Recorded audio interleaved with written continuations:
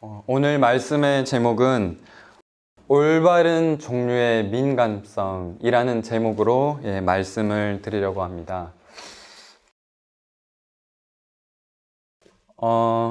우리는 민감한 그런 또 성격을 가진 사람이 있고 또 이렇게 둔감한 성격을 가진 사람들이 있습니다. 그래서 대체적으로 보면은 좀 여자들이 보통 이렇게 민감하고 예민한 성격을 가지고 사실 남자들이 둔감한 성격을 가졌잖아요. 그래서 저도 사실 이렇게 결혼을 하고 난 다음에 그런 부분 때문에 참 많이 힘들었었어요. 그래서 저한테는 전혀 문제가 되지 않는 부분이 또 제 아내에게는 또 문제가 되고 또 제가 아무 생각 없이 한 그런 말 때문에 또 상처를 받고 예민하게 반응하고 그런 것 때문에 제가 참 많이 힘들었었어요. 그런데 이제 함께 살다 보니까 내가 나의 이런 말투나 이런 것들이 또 상대방에 이렇게 생각되어질 수 있겠구나 라고 이제 경험적으로 알게 되면서 제 둔감해졌던 마음이 이제 점점점 이렇게 예민하게 되고 상대방의 어떤 그 마음을 잘 헤아리게 되더라고요. 그런데 참 우리가 함께 그런 서로 성격이 다른 사람끼리 살거나 아니면 함께 지내다 보면은 참 답답하고 이해가 되지 않을 때가 참 많이 있습니다. 그런데 이 민감성이라는 것은 우리가 반드시 이게 부정적인 것만이 아니고 올바른 종류의 민감성이 있다라고 말씀하고 있습니다. 야고보서 3장 17절에 있는 주석에 있는 말씀인데요. 거기 제목이 오늘 설교의 제목입니다. 거기 있는 말씀을 제가 읽어드리겠습니다. 올바른 종류의 민감성. 서로를 비판하고 정죄하는 사람들은 하나님의 계명을 범하고 있는 것이며 그분을 공격하는 것이다. 그들은 하나님을 사랑하지 않고 동료 사람들끼리도 사랑할 줄 모르는 자들이다. 형제 자매들이시여 비판과 의심과 불평의 쓰레기들을 말끔히 치워버리라. 그리고 그대의 신경을 바깥쪽으로 곤두세우지 말라. 어떤 사람들은 이유 없이 너무나 민감하다. 하나님의 율법을 지킨다는 것이 무엇을 뜻하는지에 관해서 그리고 그대가 하나님의 율법을 지키고 있는지 그 율법을 범하고 있는지에 관해서 대단히 민감하게 되도록 노력하라. 하나님께서 우리가 민감하게 되기를 바라시는 점은 바로 이 점이다. 하나님께서 우리에게 민감하게 되기를 바라시는 점이 있다라고 말씀합니다. 그것은 바로 내가 율법을 지키고 있는지 그 율법을 범하고 있는지에 관하여 민감하라라고 말씀하고 있습니다. 그러나 우리 인간은 대부분의 사람들은 나의 죄에 대해서는 민감하기보다는 다른 상대방의 죄, 상대방의 허물과 실수에 대해서는 민감하고 예민하게 반응하기가 쉽습니다. 그래서 그 남을 악하게 추측하고 그 다음에 참지 못하고 용서하지 않는 정신을 여기 야고보서에는 진리를 거스려 거짓말하는 자다라고 말씀하고 있습니다. 그래서 그것이 바로 위에서 나는 지혜가 아니라 세상적이요, 정욕적이요, 마귀적이다라고 말씀을 하고 있습니다. 그래서 이런 마음을 가지고 있는 사람들은요, 여기 그 위에 있는 말씀에 보면요, 이런 말씀이 있습니다. 어떤 기관이나 교회 안에 형제들의 험담을 마음대로 늘어놓는 한 사람이 있으면 그는 인간의 마음속에 있는 가장 사악한 격정을 휘저어 놓을 수 있을 것이요 그와 교제하는 모든 사람에게 역사할 악한 누룩을 널리 퍼뜨릴 것이다. 이와 같은 방법으로 모든 의의 원수는 승리를 얻는다. 그래서 우리 안에 누군가가 자꾸 누군가에 대해서 비판을 하고 험담을 하고 그런 사람이 있다라면은 그것은 바로 악한 누룩을 널리 퍼뜨리고 사단이 승리를 얻을 수 있도록 도와주는 것이다 라고 말씀하고 있습니다. 지금 우리가 지금 이 코로나 바이러스 때문에 우리 전국이 전 세계가 지금 떠들썩한데요.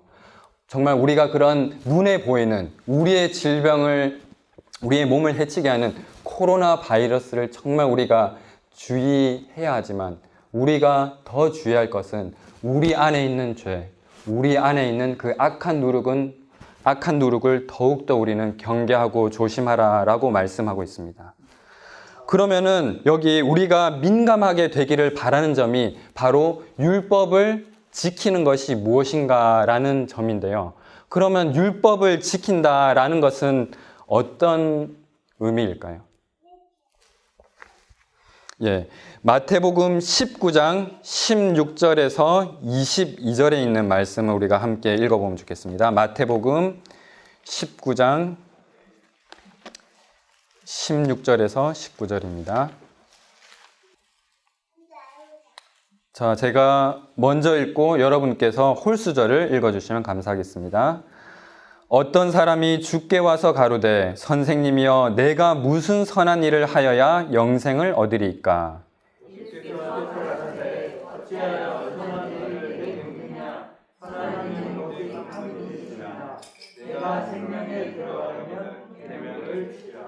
가로되 어느 계명이노니까? 예수께서 가라사대 살인하지 말라, 간음하지 말라, 도적질하지 말라, 거짓 증거하지 말라. 내 부모를 공경하라. 내 이웃을 내 몸과 같이 사랑하라 하신 것이니라. 예. 여기서 예수님께서 우리가 영생을 얻기 위한 유일한 조건을 계명을 지키는 것이다라고 말씀하셨습니다. 그러면 계명을 지킨다는 것은 무엇일까요? 거기 주석에 있는 말씀에 보면요. 두 번째, 하나님의 법률을 순종한다는 참 의미를 깨달아야 함이라는 제목의 말씀이 있습니다. 그 부분을 제가 일부분만 제가 읽겠습니다. 하나님께서는 당신의 모든 종들이 따라야 할 행위의 규범을 우리에게 주셨다. 하나님의 율법에 대한 순종은 단순히 법문에 대한 순종이 아니라 실생에 옮겨지고 품성으로 예증될 수 있는 순종이다. 그럼 이게 무슨 말일까요? 실생애로 옮겨지고 품성으로 예증될 수 있는 순종.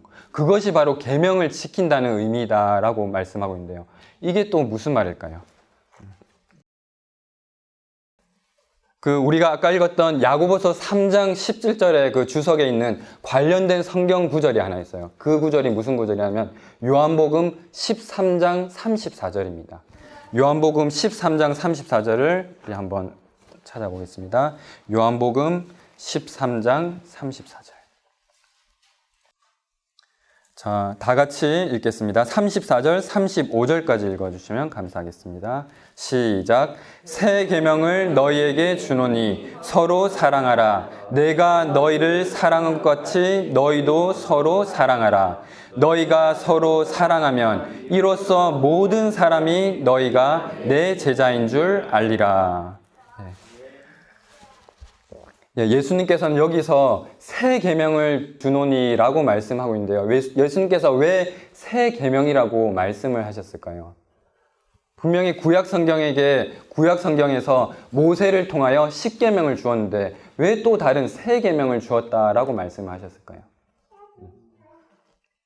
그들이 계명을 다 알고 있었지만 계명을 순종한다는 것이, 또 아까 우리가 읽었던 말씀, 이 계명이 실생애로 예증되어진 품성으로 나타나는 그 모습이 어떤 모습인지 잘 알지 못했어요. 그래서 제자들도 지금까지 정말 하나님께서 우리를 사랑하시는 것이 어떤 사랑인지를 눈으로 직접 본 일이 없었습니다. 그래서 예수님께서 이 계명을 지킨다는 것이 무엇인지, 그리고 서로 사랑한다는 것이 무엇인지를 이 땅에 인간으로서 오셔서 그분의 생애를 통해서 증명해 주셨습니다. 그래서 예수님께서는 내가 너희를 사랑한 것 같이 너희도 서로 사랑하라 라고 말씀하고 있습니다. 그래서 여기 이런 말씀이 있습니다. 서로 사랑하는 우리의 사랑은 하나님께 대한 우리의 일반적인 관계에서 우러나오는 것이다. 이 사랑은 우리가 그냥 말로서만 사랑한다라고 해서 끝나는 것이 아니라 우리의 일반적인 관계들, 우리의 또 부부 관계, 또 부모와 자녀의 관계, 또 이웃 관계, 친구 관계 속에서 우러나오는 것이다 라고 말씀하고 있습니다. 그리고 예수님께서 사랑하신다는 것을 여기서 이렇게 말씀하고 있어요. 잘 들어보시기 바랍니다. 그리스도께서 사랑하신 것처럼 사랑한다는 것은 언제 어디서나 친절한 말과 유쾌한 표정으로 이기심이 없는 모습을 보이는 것을 말한다. 그래서 예수님께서는 이 참된 사랑을 바로 고린도전서 13장에서 우리에게 말씀하고 있습니다. 그래서 고린도전서 13장은 정말 그리스도와 같은 사랑이 무엇인지를 정의하고 있고, 정말 하나님을 사랑하고 계명을 지키는 모든 사람의 순종의 표현이라고 말씀을 하였습니다. 그리고 모든 참된 신자들의 생활 속에 행동으로 나타나는 것이다 라고 말씀하였습니다. 그래서 오늘 제가 드릴 말씀의 주제는요, 과연 그렇다면은 우리가 이 고린도전서 13장에 나타난 이 사랑을 구체적으로 우리의 인간 관계 속에서 어떻게 적용할 것인가 라는 문제입니다. 그래서 제가 이 말씀을 찾아보다가 어떤 말씀이 가장 적절할까 찾다 보니까 치료봉사의 41장의 대인관계라는 그런 챕터의 장이 있어요. 이 장이 정말 우리가 인간 관계 속에서 어떻게 하면은 이 사랑을 드러낼 수 있는지, 그것에 대해서 너무나도 자세하게 설명해 주고 있더라고요. 그래서 오늘은 이 말씀을 함께 나누려고 합니다. 여기 치료봉사 41장에서는요, 처음 이렇게 시작하고 있습니다. 살아가면서 맺는 모든 관계에는 언제나 자제력과 인내심과 동정심이 요구된다. 우리는 성격과 습관과 교육에서 너무나 다르기 때문에 사물을 관찰하는 방법도 다양하다. 우리는 서로 다르게 판단한다. 진리에 대한 우리의 이해, 생활에 관한 우리의 생각은 모든 면에서 동일하지 않다. 모든 점에서 똑같은 경험을 하게 되는 사람은 이 세상에 하나도 없다. 어떤 사람에게 시험이 되는 일이 다른 사람에게는 시험이 되지 않는다. 어떤 사람에게는 가벼운 의무가 다른 사람들에게는 가장 큰 어려움과 난관이 된다. 인간의 본성은 너무나 연약하고 무지하고 오해하기 쉬우므로 각 사람은 다른 사람을 평가하는 일에 주의해야 한다. 이렇게 말씀하고 있습니다. 그래서 우리는 그 각 사람이 지고 있는 그 무거운 짐은 우리가 결코 이해할 수 없습니다. 그것은 마치 어떤 것과 같냐면은, 여기 이 말씀에는 이것을 마치 어린 아이가 무거운 짐을 지고 수고하고 걱정하고 있는 아버지를 이상한 눈으로 바라보는 것과 같다라고 말씀하고 있어요. 그래서 어린아이는 아버지가 짐을 지고 막 고생하고 수고하는 모습을 이해할 수 없어요. 왜 저렇게 무거운 짐을 지고 계시지? 왜 저렇게 힘들어 하실까? 이해하지 못해요, 어린아이는. 그런데 언제 그 어린아이가 아버지의 마음을 이해하게 될까요? 맞아요. 그가 나중에 장성하여 자라서 그도 그 아버지와 똑같은 처지에 놓였을 때, 아버지의 입장에 놓였을 때, 아버지가 바로 이것 때문에 이렇게 힘들어 하셨구나 라는 것을 이해하게 된다는 것입니다. 그리고 또 그 뒤에 보면요, 우리는 무거운 짐을 진 그런 하나님의 그런 사업을 하는 사람들을 이해하지 못한대요. 그러면서 우리는 너무나도 쉽게 그 사람들을 비평하고 비난하고 험담을 한대요. 그런데 우리가 어느 때야 비로소 그 사람의 짐을 이해하게 되냐면은, 그분이 돌아가시고 난 다음에 그분의 짐을 내가 이제 짊어지고 나서야 그때 내가 비난하던 그것이 잘못이었구나 라고 생각하고 그때서야 버리게 된다는 것입니다.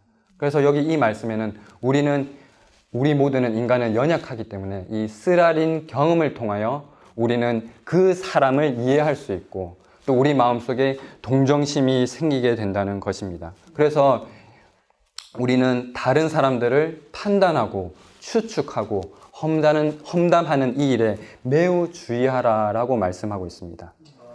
자, 혹시 여러분들은 내가 잘못된 일을 당할 때나, 그리고 사람들이 나에 대해서 잘못된 이야기를 자꾸 할 때, 또 안 좋은 소문들이 들릴 때, 그럴 때 여러분들은 어떤 마음이 드십니까?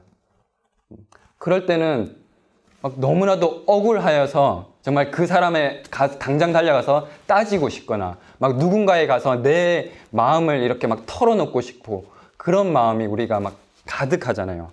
그런데 그럴 때 우리는 어떻게 해야 하는지 여기에서 이렇게 말씀하고 있습니다. 제가 읽어드리겠습니다. 우리가 실제로 잘못된 일을 당할 때나 그렇게 추정될 때 우리 심령이 안달하도록 내버려둬서는 안 된다. 자아는 우리가 가장 두려워해야 할 적이다. 성령의 지배를 받지 않는 인간의 정욕보다 나쁜 영향을 품성에 미치는 것은 없다. 우리는 우리의 감정이 쉽게 상처를 받도록 허용해서는 안 된다. 우리는 우리의 감정이나 우리의 이름을 수호하기 위해서가 아니라 영혼을 구원하기 위하여 살아야 한다.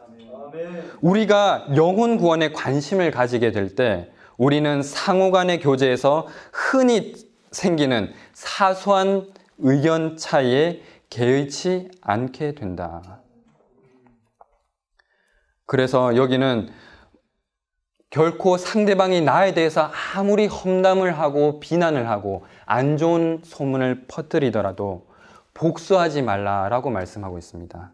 그대는 할 수 있는 대로 오해의 원인이 되는 모든 것을 제거해버리고 악은 모양이라도 버리라라고 말씀하고 있습니다. 그리고 원칙을 희생하지 않는 한 그대에 있는 모든 힘을 다하여 다른 사람들과 화목하도록 하라라고 말씀하고 있습니다. 그리고 또 우리 마음속에는 상대방의 나의 마음을 자꾸 자극시키고 나를 자꾸 화나고 짜증나게 할 때가 우리가 종종 있습니다. 우리가 누군가가 나에게 짜증내게 할 때 나도 이렇게 막 그 말을 되받아치고 싶은 충동이 일어나잖아요. 나도 화내고 싶고 나도 짜증을 내고 싶고. 그럴 때는 우리는 어떻게 해야 될까요? 그때 이렇게 말씀합니다. 그대에게 성급한 말을 하거든 같은 정신으로 결코 대답하지 말라. 유순한 말은 분노를 쉬게 한다는 말씀을 기억하라. 침묵에는 놀라운 힘이 있다. 화를 낸 사람에게 대답으로 말을 하면 때때로 분노를 자극하는 역할만 하게 된다.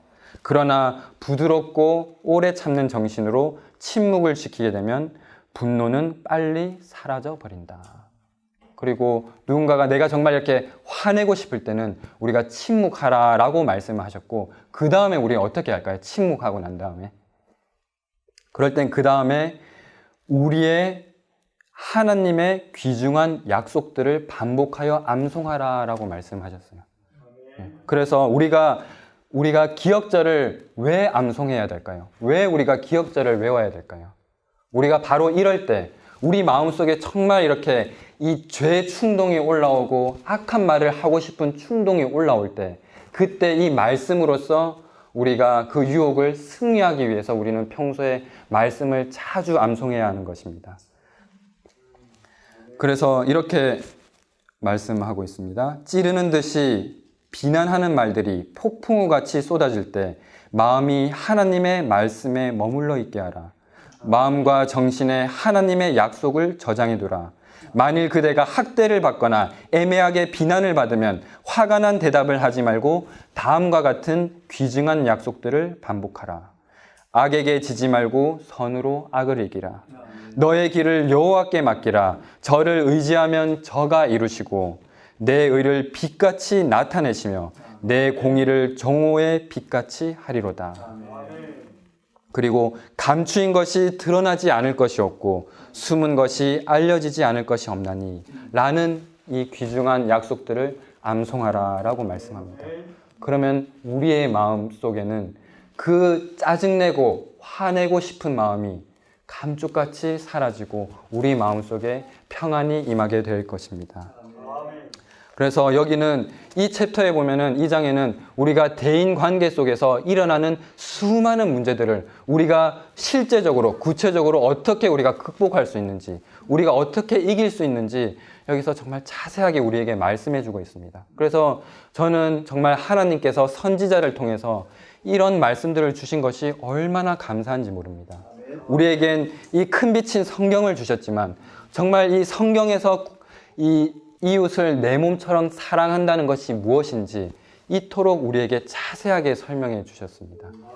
그래서 우리는 결코 실패할 필요 없고 우리가 넘어져서 울거나 낙담할 필요가 없습니다. 왜냐하면 우리에게는 그 죄를 이길 수 있을 만한 우리에게 말씀을 주셨기 때문에 우리는 이 말씀을 통해서 반드시 승리할 수 있을 것입니다.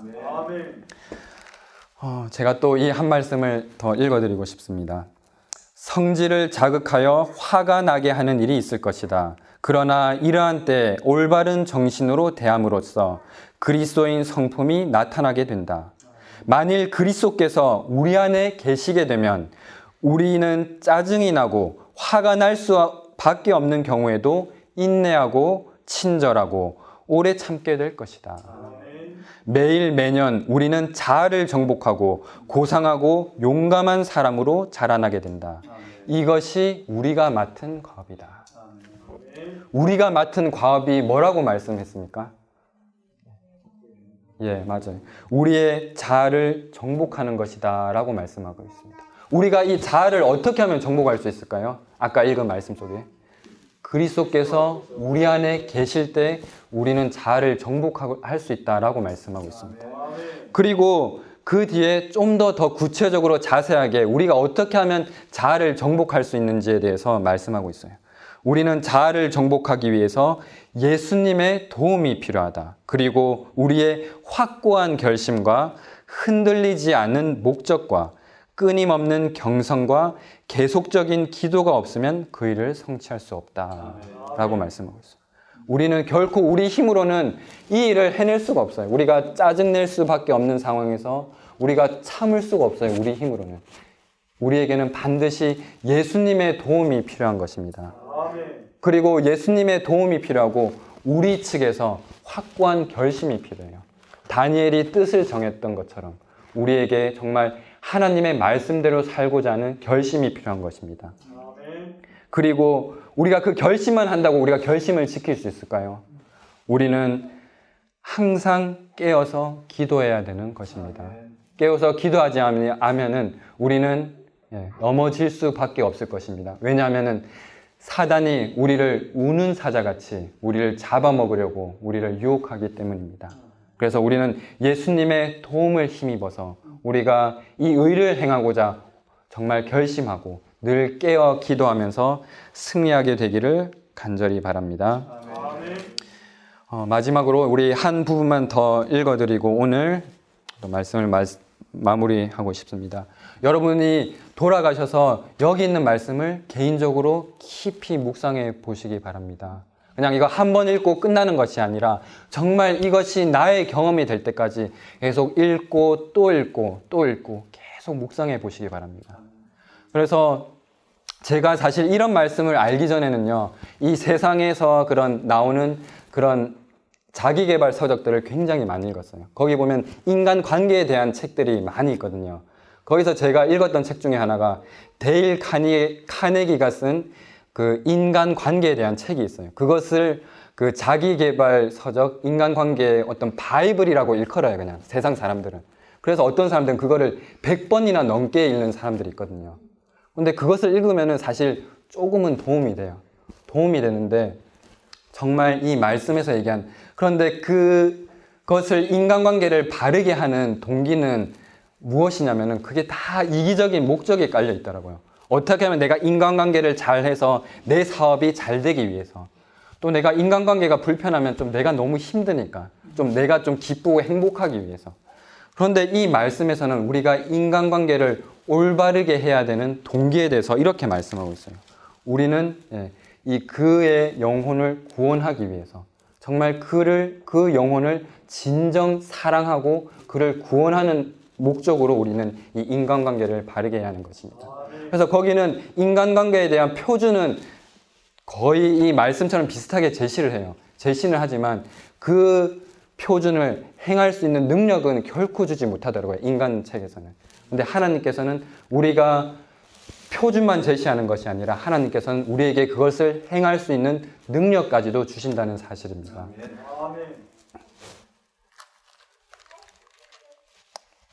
자, 우리는 날마다 우리에게 안 좋은 생각이 날 때마다 예수님의 품성과 그분의 생애를 깊이 연구하라라고 말씀하고 있습니다. 신성과 인성을 겸하여 갖춘 그 품성을 주의 깊이 연구하라. 그리고 만일 예수께서 나의 입장에 계시면 어떻게 하실 것인가? 라고 끊임없이 물어보라.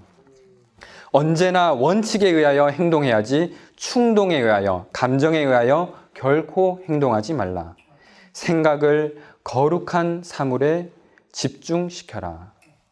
그리고 이런 말씀도 있습니다. 우리가 자꾸 다른 사람들에 대해서 비난하고 안 좋은 이야기를 하고 싶은 생각이 들 때 다른 사람들을 좋게 말하는 습관을 배양하라. 그대들과 교제하는 사람들의 좋은 특성들을 바라보라. 그리고 할 수 있는 대로 그들의 과오와 실패를 적게 보라. 어떤 사람이 말하고 행동한 것에 대해 불평하고 싶은 유혹을 받거든 그 사람의 생애나 품성에 무엇인가 칭찬해 주라. 감사의 정신을 배양하라. 그리고 이 악담이 얼마나 우리에게 큰 저주가 되는지 뒤에 말씀하고 있는데요. 우리에게 이 악담하는 것, 비판하는 것은 이중의 저주가 된대요. 그것은 말을 듣는 사람에게도 저주가 되지만 말을 하는 사람에게 더 큰 저주가 된다라고 말씀하고 있습니다. 그래서 그 악을 찾아내는 그 행동이 바로 그 사람에게 똑같은 악을 길러주게 되고 내가 그 결점을 생각함으로써 우리는 그 사람과 같은 모양으로 변화된다라고 말씀하고 있습니다. 그래서 우리가 오직 다른 사람의 안 좋은 점이나 그런 결점들이 보일 때는 우리는 예수님을 바라보고 그분의 사랑과 완전한 품성에 대하여 말함으로써 정말 그 영혼을 위하여 우리가 정말 사랑하는 정신으로 기도함으로써 하나님께 영광 돌리게 되기를 간절히 바랍니다. 마지막으로 여기에 있는 말씀은 한 이런 시로 이렇게 여기 마무리를 하는데요. 이 시는 이렇게 기록되어 있습니다. 하늘은 서로를 의지하여 살게 하시네. 주인이나 종이나 친구들이 다 같이 모두가 서로를 도와주라고 명하시네. 한 사람의 약점이 무엇보다 강한 것으로 자라날 때까지. 그래서 하나님께서는 우리를 결코 혼자 살도록 창조하지 않으셨어요. 우리가 함께 어울려 살아가도록 하나님께서 만드셨습니다. 왜냐하면 우리가 서로 도와주도록 하기 위해서. 우리가 줄이 한 줄이면 쉽게 끊어지잖아요. 그런데 잠언에 보면 삼겹줄은 쉽게 끊어지지 않는다라고 말씀하고 있습니다. 비록 우리가 연약하고 아직 품성의 결점이 있지만 그 결점이 보일 때 우리가 그것을 이야기하고 비난하기보다는 정말 그것이 보일 때 그것을 위해서 그들을 위해서 정말 기도해주고 정말 우리가 예수님의 그런 사랑과 정신을 나타날 때 정말 이곳이 하나님께서 원하시는 동산, 아름다운 동산이 되리라고 생각을 합니다. 마지막으로 정말 때로는 우리에게 사람들에게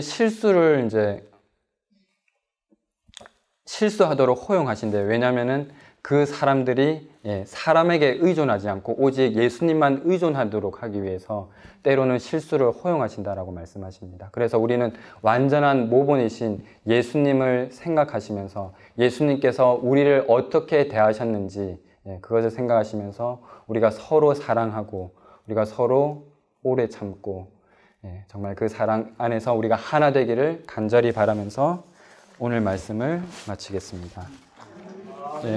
하늘에 계신 아버지 하나님, 또 오늘 저희들에게 또 하나님의 전에 올 수 있게 해주시고 또 주님을 찬양하고 주님의 말씀을 듣고 이렇게 기도할 수 있는 시간 주셔서 참으로 감사드립니다.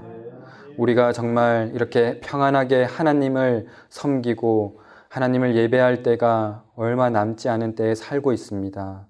우리가 평안한 이때 더욱더 우리의 자신을 살펴보게 도와주시옵시고 우리가 정말 믿음 안에 있는지 우리 자신을 철저히 살펴보고 정말 오늘 내 자신을 예수 그리스도의 반석 위에 올려놓고 우리 예수 그리스도 안에 뿌리를 깊이 내릴 수 있도록 도와주시옵소서. 그래야 우리에게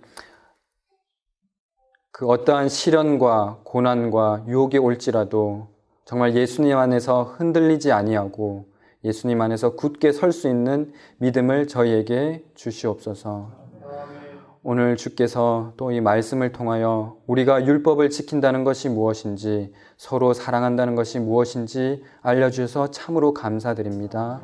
그러나 이 일은 그리스도께서 우리 안에 계시지 아니하면 불가능한다는 것을 우리가 너무나도 잘 알고 있사오니 우리 마음속에 예수 그리스도를 항상 모실 수 있도록 도와주시옵시고, 우리가 날마다 깨어 기도하여서 사단의 계계를 물리치며 우리가 악에서 승리하고 정말 예수 그리스도 안에서 참된 기쁨과 평안을 맛볼 수 있도록 도와주시옵소서. 또 오늘 코로나 바이러스로 인하여 또 이전에 찾아오지 못한 많은 사람들이 있습니다. 그 있는 곳에서 또 주님을 찬양하고 하나님을 예배 드릴 수 있도록 도와주시옵시고, 각자 가정 속에 하나님의 평안이 임하는 거룩하고 기쁜 안식일 될 수 있도록 도와주시옵소서. 이 안식일 성령 하나님께서 우리 마음속에 함께하여 주시기를 간절히 바라며 예수 그리스도 이름으로 기도드립니다.